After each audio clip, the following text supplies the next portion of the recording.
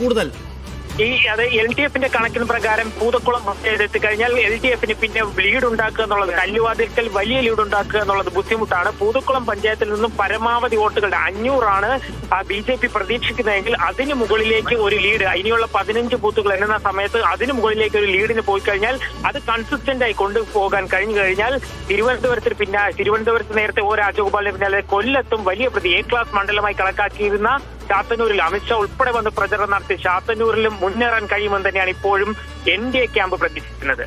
ശരി, ചാത്തന്നൂരിലെ സാധ്യത കൂടി, വിജയത്തിന്റെ സാധ്യത, BJP വിജയത്തിന്റെ സാധ്യത കൂടി, ഈ 7 വലുതാവാനുള്ള സാധ്യതയാണ് ലിജോ ചൂണ്ടിക്കാണിക്കുന്നത്.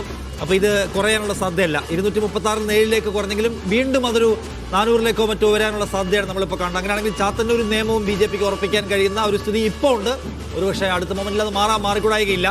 ജനങ്ങൾ എങ്ങനെയാണ് വോട്ട് ചെയ്തതെന്ന് പൂർണ്ണമായിട്ട് നമുക്കിപ്പോൾ പറയുക സാധ്യമല്ലോ. പക്ഷേ BJPയുടെ സീറ്റുകളുടെ കാര്യത്തിൽ ഈ ആശയക്കുഴപ്പം ഇപ്പോഴും തുടരുന്നു എന്നതാണ് കാണേണ്ട കാര്യം. അതേസമയം 55-65 വോട്ടിനാണ് തിരുവനന്തപുരം സെൻട്രലിലേക്ക് കരമന ജയൻ BJPക്ക് വേണ്ടി ലീഡ് ചെയ്യുന്നത്. അത് എങ്ങനെയാണ് ഇപ്പോൾ അതിൻ്റെ അടുത്ത റൗണ്ടിലേക്ക് എത്തുമ്പോൾ എന്താണ് സംഭവിക്കുന്നത് നോക്കണം. 2200 സംതിങ് വോട്ടിൻ്റെ ഭൂരിപക്ഷത്തിൽ നിന്നിരുന്ന CP ജോണാണ് 56 വോട്ടിൻ്റെ മൈനസിലേക്ക് വീണത്. അപ്രതീക്ഷിതമായിട്ട് ഉള്ള തിരിച്ചടിയാണ് അവിടെ സംഭവിച്ചത് എന്നത് കാണേണ്ട കാര്യമാണ്.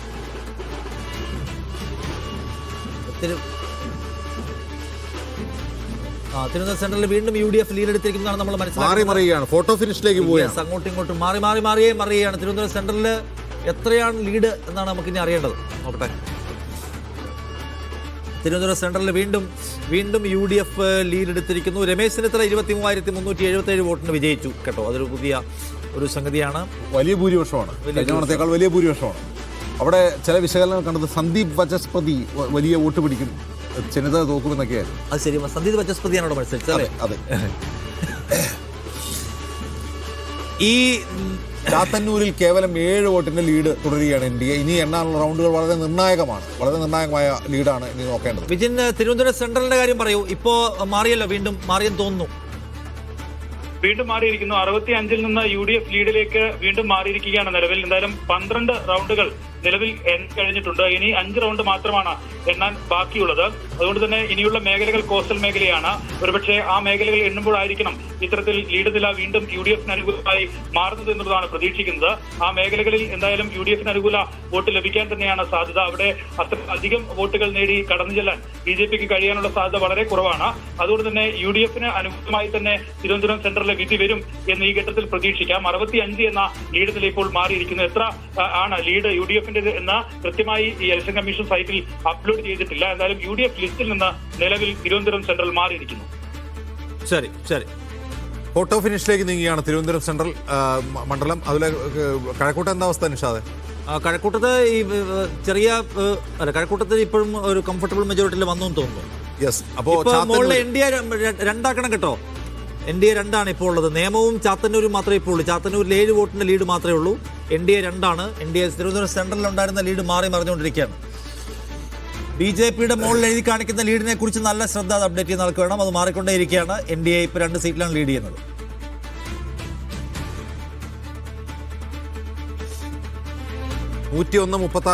എന്ന നിലയിലേക്ക് ഇപ്പോൾ ടാലി മാറിയിട്ടുണ്ട്. 100-ലധികം സീറ്റ് എന്നുള്ള സതീശന്റെ പ്രഖ്യാപനം ഇനിയും കുറയുമോ എന്ന് നമുക്ക് കാത്തിരുന്ന് കാണാം. ഇനിയും ഫോട്ടോ ഫിനിഷ് മത്സരങ്ങൾ നടക്കുന്ന നിരവധി മണ്ഡലങ്ങളുണ്ട്. തൃശ്ശൂരിലുണ്ട്, അതുപോലെ തിരുവനന്തപുരത്തുണ്ട്, പത്തനംതിട്ടയിലെ കോന്നി മണ്ഡലത്തിലും മത്സരം കടുക്കുകയാണ്. അവിടെ നിന്ന് അപ്ഡേറ്റ്സ് വരാനുണ്ട്. കോന്നി മണ്ഡലം, അതുപോലെ കൊട്ടാരക്കരയിലും ഫോട്ടോ ഫിനിഷാണ്. കൊട്ടാരക്കരയിൽ 560 UDF ലീഡ്. മഹേഷ്, തിരുവനന്തപുരത്ത് UDF ലീഡ് മുകളിലെ ടാലിയിൽ ചേഞ്ച് വരണം. NDA 2 സീറ്റിലാണ് ഇപ്പോൾ ലീഡ് ചെയ്യുന്നത്. ചാത്തന്നൂരിലും ഒപ്പം നേമത്തും മാത്രം. ബാക്കി എല്ലായിടത്തും NDA ഇതര കക്ഷികൾക്കാണ് ലീഡ് എന്നാണ് നമ്മളിപ്പോൾ എന്താണ് മനസ്സിലാക്കേണ്ടത്. വേറെ ഇപ്പോൾ തിരുവനന്തപുരത്ത് മാറി. നേമത്തും ചാത്തന്നൂരിലും മാത്രമാണ് ഇപ്പോൾ ലീഡ് ചെയ്യുന്നത്. ചാത്തന്നൂരിൽ 7 സീറ്റിൽ 7 വോട്ടിൽ മാത്രമാണ് ലീഡ് ചെയ്യുന്നത്, BJP ലീഡ് ചെയ്യുന്നത്. പക്ഷെ അത് കൂടാനുള്ള സാധ്യതയാണ്. അത് കുറഞ്ഞിട്ട് BJP താഴേക്ക് പോകാനുള്ള സാധ്യത കുറവാണെന്നാണ് അവിടെ നിന്ന് ലിജോ റോളൻസ് റിപ്പോർട്ട് ചെയ്യുന്നത്. സമയം ഇപ്പോൾ 1 മണി കഴിഞ്ഞ് 1:30 കഴിഞ്ഞിരിക്കുന്നു. പലയിടത്തും സ്ഥാനാർത്ഥികളുടെ വിജയം പ്രഖ്യാപിച്ചു. പക്ഷേ BJP ചാത്തന്നൂരിൽ വീണ്ടും ലീഡ് ഉയർത്തുകയാണ് NDA. ചാത്തന്നൂരിൽ 1486 NDA ലീഡ് ഉയർത്തിയിരിക്കുന്നു. ചാത്തന്നൂർ കൂടി പിടിക്കുമോ NDA എന്നുള്ളതാണ് ഇപ്പോൾ കാണേണ്ടത്. പിടിക്കുമെന്നാണ് ഏതാണ്ട് ഉറപ്പിക്കാം. കാരണം ഇനി അങ്ങോട്ട് ഹോപ്പ്ഫുൾ അല്ല. അവരെ സംബന്ധിച്ച് എണ്ണാനുള്ള സ്ഥലങ്ങൾ LDF-നെ സംബന്ധിച്ച് ഹോപ്പ്ഫുൾ ആയിട്ടുള്ള സ്ഥലമല്ല. അപ്പോൾ ചാത്തന്നൂരും നേമവുമായിരിക്കും ഒരു പക്ഷേ ഇത്തവണ ഉറപ്പിക്കാൻ കഴിയുന്ന 2 സ്ഥലങ്ങൾ. നേമം ഏതാണ്ട് ഉറപ്പിക്കാൻ പറ്റിയെന്ന് പറയാം. വിജിൻ വായനോടിനെ വേണം. അതായത് നിയമത്തിന്റെ കാര്യത്തിൽ BJP-ക്ക് അവിടെ ആഹ്ലാദ പ്രകടനത്തിന് സമയമായി എന്ന് തോന്നുന്നു.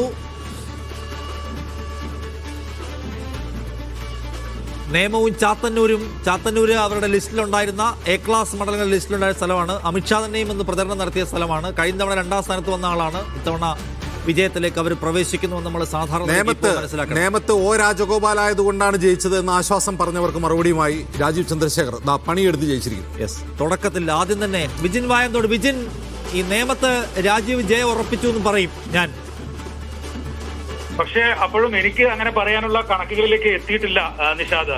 അതായത് 10ാം റൗണ്ടിലേക്ക് കടക്കുകയാണ്. 10ാം റൗണ്ട് കടന്നാൽ BJP ലീഡ് കുറയും എന്നുള്ളതാണ് ഞാൻ നേരത്തെ പറഞ്ഞുകൊണ്ടിരുന്നത്. ഇപ്പോൾ 9ാം റൗണ്ടിലും 8ാം റൗണ്ടിലും പ്രതീക്ഷിച്ചതിനേക്കാൾ വോട്ടുകൾ കൂടുതൽ ലഭിച്ചിട്ടുണ്ട് BJP-ക്ക്.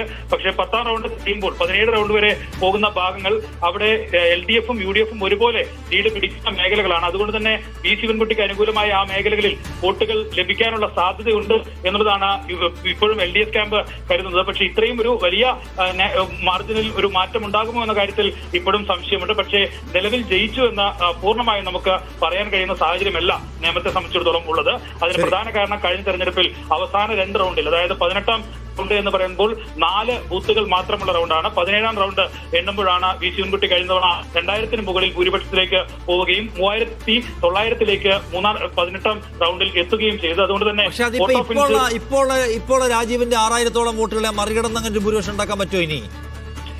ആദ്യം മുതൽ 10ാം റൗണ്ട് വരെ ഇപ്പോൾ കഴിഞ്ഞ തവണയൊക്കെ BJP ആണ് മുന്നേറ്റം നടത്തിയിട്ടുള്ളത്. അത് O രാജഗോപാൽ ജയിച്ച സമയത്തായാലും അതിനുശേഷം കുമ്മനം രാജശേഖരൻ മത്സരിച്ച സമയത്തായാലും എല്ലാം ഇത്തരത്തിൽ തന്നെയായിരുന്നു ലീഡ് നിലയുണ്ടായിരുന്നത്. പക്ഷേ ഈ 5000-ന് മുകളിലേക്ക് പോയിട്ടില്ല. ഏകദേശം 3000-4000 ഒക്കെ എത്തിയ ലീഡ് നില ഈ ഘട്ടത്തിലും BJP ക്യാമ്പിന് ഉണ്ടായിരുന്നു. പക്ഷേ അത് കഴിയുമ്പോൾ ആ ലീഡ് കുറയുകയാണ് സാധാരണ ചെയ്തിരുന്നത്. അതുകൊണ്ടാണ് ഇത്തവണയും ഫിനിഷിലേക്ക് കാര്യങ്ങൾ എത്തും എന്ന് തന്നെയാണ് നിലവിൽ ഞാൻ പ്രതീക്ഷിക്കുന്നത്.